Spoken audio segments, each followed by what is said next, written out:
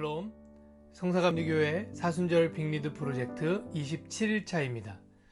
오늘은 마태복음 22장의 말씀을 함께 읽습니다. 제가 어릴 적에 참 많이 불렀던 찬송이 예수 십자가에 흘린 피로써 라는 찬송입니다. 찬송가 259장이죠. 저는 개인적으로 이 찬송이 참 좋은 찬송이라고 생각합니다. 왜냐하면 이 찬송의 가사가 너무 직설적이에요. 그래서 누가 불러도 이 찬송의 가사는 곧장 알아들을 수가 있습니다. 동시에 이 찬송은 뭔가 상상력을 자극하는 그런 힘이 있습니다. 예수 십자가에 흘린 피로써 그대는 씻기어 있는가? 더러운 죄 희게 하는 능력을 그대는 참 의지하는가? 주 예수와 밤낮으로 늘 함께 그대는 행동을 하는가? 아무 때나 어디서나 그대는 십자가 붙들고 있는가? 주님 예수 다시 올 때 그대는 영접할 예복이 있는가? 그대 몸은 거룩한 곳 천국에 들어갈 준비가 됐는가? 모든 죄에 더러워진 예복을 주 앞에 지금 다 벗어서 샘물같이 솟아나는 보혈로 눈보다 더 희게 씻으라. 특히 3절을 부르면서 어린 시절 잘은 모르지만 천국에 들어갈 때 예복이 있구나, 예복이라는 것이 있구나 하는 생각을 했습니다. 그리고 나서 3절 후렴을 부른 때쯤에는 그 예복은 어떤 옷일까? 아마도 흰 옷이지 않을까 하는 상상을 하고 있을 때 4절이 시작되죠. 그러면 4절의 가사는 내가 상상하고 있었던 그 예복이 어떻게 우리에게 주어지는지를 너무 정확하게 알려줍니다. 그 예복이 우리가 노력해서 손수 지어 입는 그런 예복이 아니고 은혜로 입혀진다는 사실이죠. 그 사실에 새삼 놀라곤 했던 것 같습니다. 참 이상하게도 부를 때마다 그 사실이 놀랍게 다가왔던 것 같아요.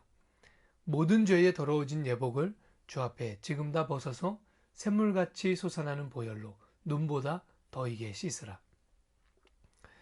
오늘 말씀 속에는 모든 사람에게 개방된 혼인잔치에 참여는 했는데 정작 잔치에 합당한 예복을 갖추지 못해서 다시 쫓겨나고 마는 사람이 등장합니다. 11절부터 13절까지의 말씀이죠. 임금이 손님들을 보러 들어올세 거기서 예복을 입지 않은 한 사람을 보고 이르되 친구여 어찌하여 예복을 입지 않고 여기 들어왔느냐 하니 그가 아무 말도 못하거늘 임금이 사환들에게 말하되 그 손발을 묶어 바깥 어두운 데에 내던지라 거기서 슬피 울며 이를 갈게 되리라 하니라. 사실 이 잔치는 처음 초대받은 사람들, 이 잔치가 처음으로 허락된 사람들에게 농락을 당하고 맙니다. 처음으로 이 잔치에 초대받은 사람들은 이 잔치를 우습게 여기고 우스운 꼴로 만들어버리죠. 그 바람에, 그 덕분에 이 잔치는 모든 사람에게 공개됩니다. 그러나 누구나 올 수 있어도 예복을 입지 않고는 들어올 수 없는 그런 잔치인 것이죠.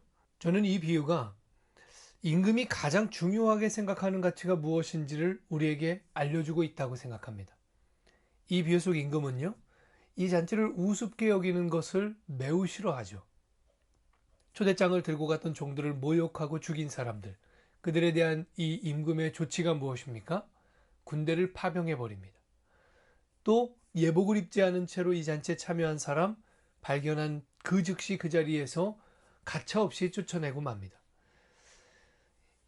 그런데 이 잔치는 혼인잔치죠. 혼인잔치란 무엇을 의미합니까? 이 잔치가 구원받은 사람들을 위한 잔치임을 의미합니다. 그리스도의 보혈로 눈보다 희게 된 예복을 입은 사람들의 잔치입니다. 십자가의 은혜, 여러분 그것은 공짜로 우리에게 주어졌습니다. 그런데 왜 십자가의 은혜가 우리에게 공짜로 주어진지 아십니까? 원래부터 싸구려이기 때문에 공짜로 우리에게 주어졌나요? 아니죠. 너무 값비싼 것이라서. 인간으로서는 도저히 그 값을 지불할 능력이 없는 것을 아버지 하나님께서 아셨기에 하나님이 그것을 거저 우리에게 주신 것입니다. 며칠 전 함께 읽었던 18장의 비유를 다시 한번 생각해 보시기 바랍니다. 임금이 10,000달란트 빚진 자의 그 빚을 탕감해 주는 장면입니다. 왜 임금은 그를 탕감해 줍니까? 그 어마어마한 빚을 이 사람이 갚을 능력이 없다는 것을 알았고, 그래서 그를 불쌍히 여겼기 때문이라고 비유가 말씀합니다. 그도 그럴 것이 이 사람의 빚이 자그마치 10,000달란트입니다. 여러분, 10,000달란트는 어마어마한 돈이고, 특별히 예수님의 비유를 듣고 있었을 대부분의 가난한 사람들에게는 상상조차 해볼 수 없는 그런 금액입니다. 그래서 아마도 예수님이 일부러 10,000달란트라고 말씀하신 것 같습니다. 보통 한 달란트가 금 30에서 40kg이에요. 그리고 대개 그 기준점은 34kg이었다고 합니다. 여러분, 금 34kg짜리 덩어리 만져보셨습니까? 구경도 해본 적이 없습니다. 그렇게 큰 금을 본 적도 없습니다. 그러니까 한 달란트는 오늘날의 시세로 약 20억 정도가 된다고 합니다. 그런데 이 사람의 빚이 한 달란트였나요? 아니죠. 10,000달란트였습니다. 상상을 초월하는 그런 어마어마한 빚이었던 것입니다. 그러니까 임금이 그의 빚을 그냥 탕감해 줄 수밖에 없는 것이죠. 예복을 갖추지 않은 것이 왜 그렇게 임금을 화나게 했는지 이해가 되십니까? 하나님의 구원의 은혜와 천국의 복음을 싸구려 취급하는 것. 여러분, 그것은 하나님이 매우 싫어하시는 것입니다. 하나님이 주신 우리로서는 환산할 수조차 없는, 상상할 수조차 없는 그 놀라운 은혜, 그 복음을 싸구려 취급할 때, 그때 하나님은 너무나도 분노하고 속이 상한 것이죠. 우리가 받은 것을 여러분 날마다 귀히 여기시기를 바랍니다. 그리고 그것을 감사함으로 누리시기를 바랍니다. 그래서 성경은 우리에게 그 은혜의 값을 아는 사람, 예수 그리스도께 받은 그 은혜의 값을 아는 사람은 늘 감사할 수밖에 없다고 우리에게 알려주죠. 여러분, 저와 여러분이 오늘 이 말씀을 통해서 또 항상 하나님 우리에게 주신 것의 값을 기억하며 감사할 때 항상 예복이 준비되어져 있는 사람들로 살 수 있기를 주님의 이름으로 축원합니다. 기도하겠습니다. 아버지 하나님, 당신께서 주신 구원의 은혜가 얼마나 귀하고 소중한지 모릅니다. 평생을 감사하고 또 감사해도 모자랍니다. 오늘도 그 은혜의 감사로 누리게 하시고 주신 예복으로 거룩하고 단정하게 차려입고 살게 하옵소서. 예수님의 이름으로 기도합니다. 아멘.